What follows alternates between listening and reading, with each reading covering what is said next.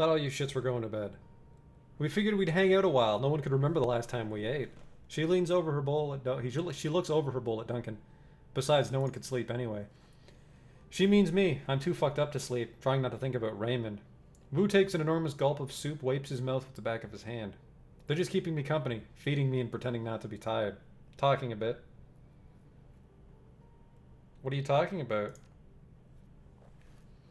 Isabel fishes a chunk of something out of her soup with her fingers, flicks it to the floor. We've been debriefing a bit. Yeah, talking about all that's gone on, everything we've been through together. She shuffles her feet about. Sorry about Raymond, Seattle. You too, Duncan. He was trying to do good with that machine. You two need to remember that. Wu drops his head. His words come out slowly as if they were being forcibly extracted. I can't believe he did that. Gave himself to that demon. I think he did what he came to do. I guess we did too, Finnease. We came to help Raymond. And he got what he wanted. Isabel stares over her bowl at the wall of the trawler. Her voice is soft. Hard to believe we defeated a god. Demon god. From another plane of existence. Hard to believe that Josephine Sang is going to remain untarnished by this whole thing. 20 years of misery. 20 years of suffering. For tens of thousands. Hundreds, maybe. That's the way it is. The way the world works. The powerful play their games and the little people pay the price. She'll see justice someday. She has to. I just fucking was at Auntie Chang's and I dealt with that. But one thing doesn't add up for me. Why was Josephine Sang so intent on shutting us down?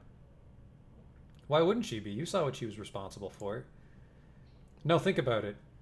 The HKPF snipers, the plastic face man, all of the resources that she poured into capturing Raymond and hunting us down. I mean, she's already covered her tracks with that illegal drug lab explosion, right? So why not just let Ray do his thing and then cover it up afterwards? It doesn't add up. It had to be the Fortune engine itself? Yeah, I think you're right. From everything Raymond said, the key was supposed to be pooling, turning toxic. But I felt something in that room, a flow of positive key that I didn't expect. Gobbet wrinkles her nose. She stares at the floor of the trawler for several seconds, apparently lost in thought. I think that it was leaving the walled city. I bet that machine did something else, something that Raymond didn't know about. What if it was a siphon? What if Josephine Sang was stealing the cast-off positive key from the walled city, leeching it for her own benefit? She sealed up the Fortune engine, leached the good key for herself, and took Sang mechanical services from the minor company Ray's father built to the ballbuster it is today. His jaw tightens. That's how she got herself in the Executive Council of Hong Kong.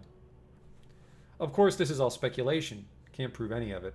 But if Josephine was using positive key that the Fortune engine was casting off, she isn't getting it anymore. Your foster father saw to that.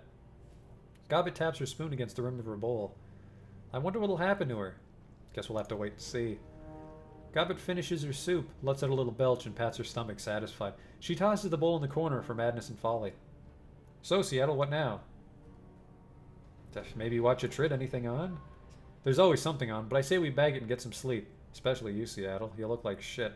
Why does everybody fucking tell me that? Optional ketchup with Gaichu? You fucking bet. Get below deck so we can talk. Thank you.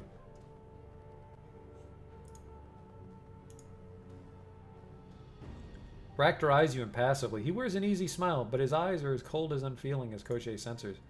Well, my friend, quite an evening. Quite an evening indeed. That said, I'm quite tired, and after a brief rest I should get back to my work. Cochet is bound to be in need of repairs after all. He turns his back on you. Do me a favor and see yourself out, won't you? That's it? That's all you have to say? What more is there to say? We've done good work together, yes, but we aren't working now. And when I stand in this shop, my time is my own. The industrial arms that hang from the ceiling spring to life, filling the air with the sound of whirring machinery. Again, I bid you good night. My work for the evening has only just begun. Wow. Well, optional objective complete, apparently. Gaichu, my man. How you doing? Gaichu's in the process of cleaning his cabin as you enter. Using a small hand broom, he sweeps dust and debris about into small piles. Sensing your arrival, however, he pauses. Stubtoe Williams. It's not every day that one can say they fought an ancient god, and won. The ghoul folds his arms across his chest as a thin smile graces his lips. It's an unbelievable story.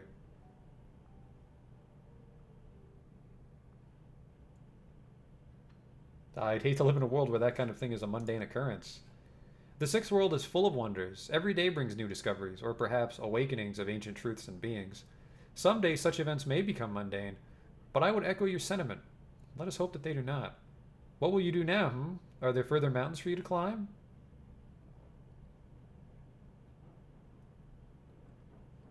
I figure I'll stick around in Hong Kong and see where life takes me. A good plan, one that echoes my own. I have to ask, how do you feel about being part of killing an ancient god of death? I think I need a nap, honestly. Gaichu laughs, slapping a palm against his leg. Well, that is a simple request, easily accommodated. I'm sure that no one would begrudge you some rest and relaxation after all this. I'm glad you're part of the team, Gaichu. Excellent. Then I think I will get to cleaning, and if you need me for anything, well, you know where to find me. That's right, brother. It's good working with you.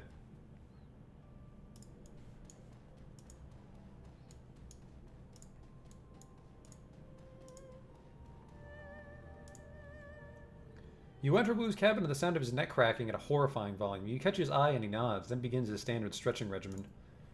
I wish there was a stuffer shack in this damn country. I need some nerps or bromo fizz or something. That Gobbet stew is heinous. I think we should talk, Duncan, about Raymond. Let's just cut right to it. Long goddamn day. Feels good to stretch.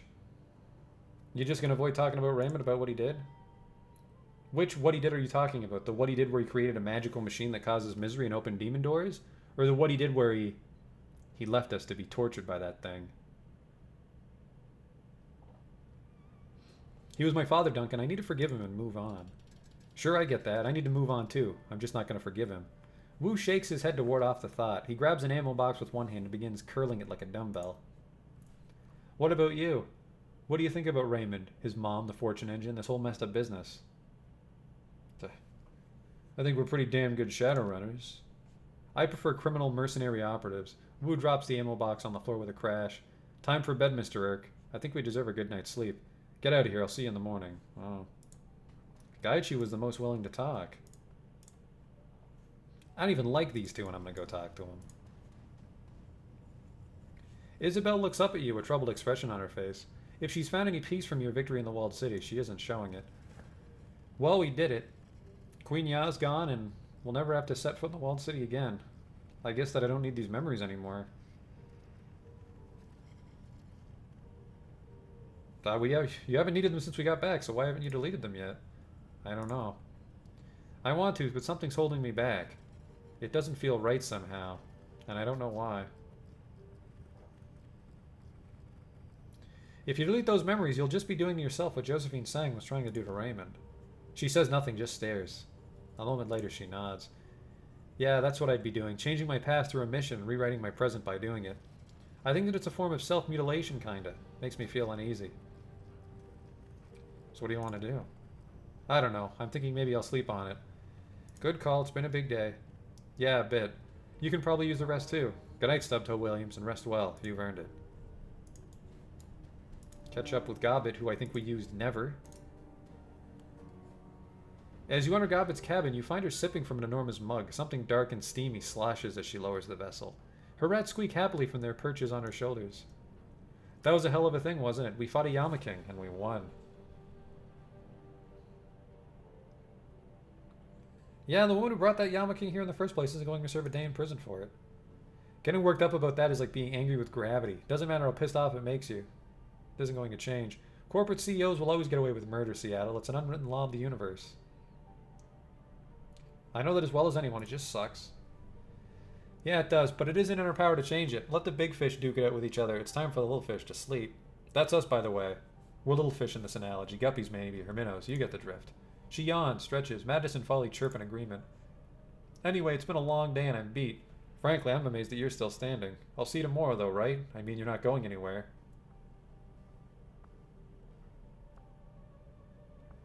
I'm all beat to hell, Gobbet. Right now, I don't think I could leave even if I wanted to. Yeah, right. Good. I'll see you then. She hesitates for a moment, and then the corner of her mouth tilts up into that old familiar smirk. Seattle? Yeah? Sweet dreams? Oh, fuck off. That's why we don't bring you on Shadowruns. I'm in charge of the jokes. Bunk. Your bunk on the trawler lies waiting, patient and seductive. It beckons with the promise of escape. Go to sleep and end the campaign. Well, that's very obvious.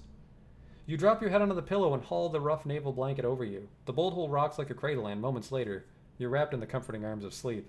There are no nightmares, only shadows. Shadows that I run. I see what they did there. The story of the Walled City riot circulates local news networks for nearly a week. Few outside of Hong Kong hear about the incident, and of those that do, even fewer care. By the end of the month, the city is back to business as usual. In Hue, the flow of refugees eventually slows to a trickle. Those who do escape tell stories of a terrifying demon goddess and an old man who sacrificed his soul to banish her. Their mad ramblings are generally met with pity and contempt.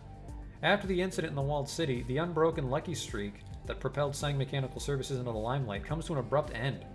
Evidence of Josephine Sang's culpability in the Walled City riots, as delivered by a reliable source, is aired on the Horizon News Network, and the corporation's stock prices go into a free fall. Within a year, Wuxing Incorporated buys out, absorbs, and dismantles the company, and Josephine Sang is quietly filed away in a corporate prison. She remains there, buried behind walls of concrete and rebar, until she hangs herself 3 months later. Jesus Christ. Hue remains a safe port of call for smugglers, gangsters, and Shadowrunners alike. You're no exception. The Shadows here welcome you in a way that Seattle never did. You've earned the respect of your fixer, your clients, and your community. And now that the APB on you and your team has been lifted by parties unknown, you're free to operate openly in Hong Kong. This place is yours now. Your home. That's why I got the Fu Manchu. Harebrained Schemes is a small team of passionate game developers led by Jordan Weissman, the creator of Shadowrun, Crimson Skies, Battletech, MechWarrior, and many other acclaimed properties. Founded in 2011, the Seattle-based studio is centered around collaboration between seasoned veterans and fresh talent. They're 3 for 3 with fun games. Good for them. I haven't played their other game. They have some sort of weird card game or something, I think. I'm not into card games. But this one, I can pretty safely say this improved on the other 2 games. I like the fact that I could avoid a lot of fights with my shaman, and then we had like the Gaichu Wu combo, just beat the shit out of everybody. Also a complaint I've had with a lot of the games is that none of the checks exceed the worst max you can have. Like as a troll, I'd never seen a charisma check go beyond 6, but this game there was one that went beyond 6. So I kind of like that, how, you know, I picked the worst possible race to be a shaman, and then I was potentially punished for it, except I had that fetish. Yeah, I enjoyed how we didn't die. I really enjoyed the end game. It was way better than Dragonfall. I felt Dragonfall dragged on a lot. It also seems like they realized it as well when they put that little med kit right at the end to fully heal you before the final battle, but this one it was like pretty good pacing, so it was your own fault if you ran out of stuff. Yeah, very solid game all around.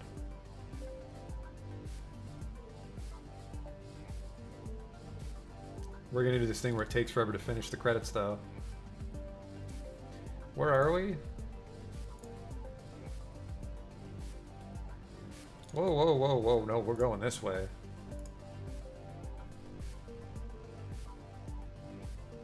Shadowrun Hong Kong, oh, that's it. Back. Is there a sweet post-credit sequence?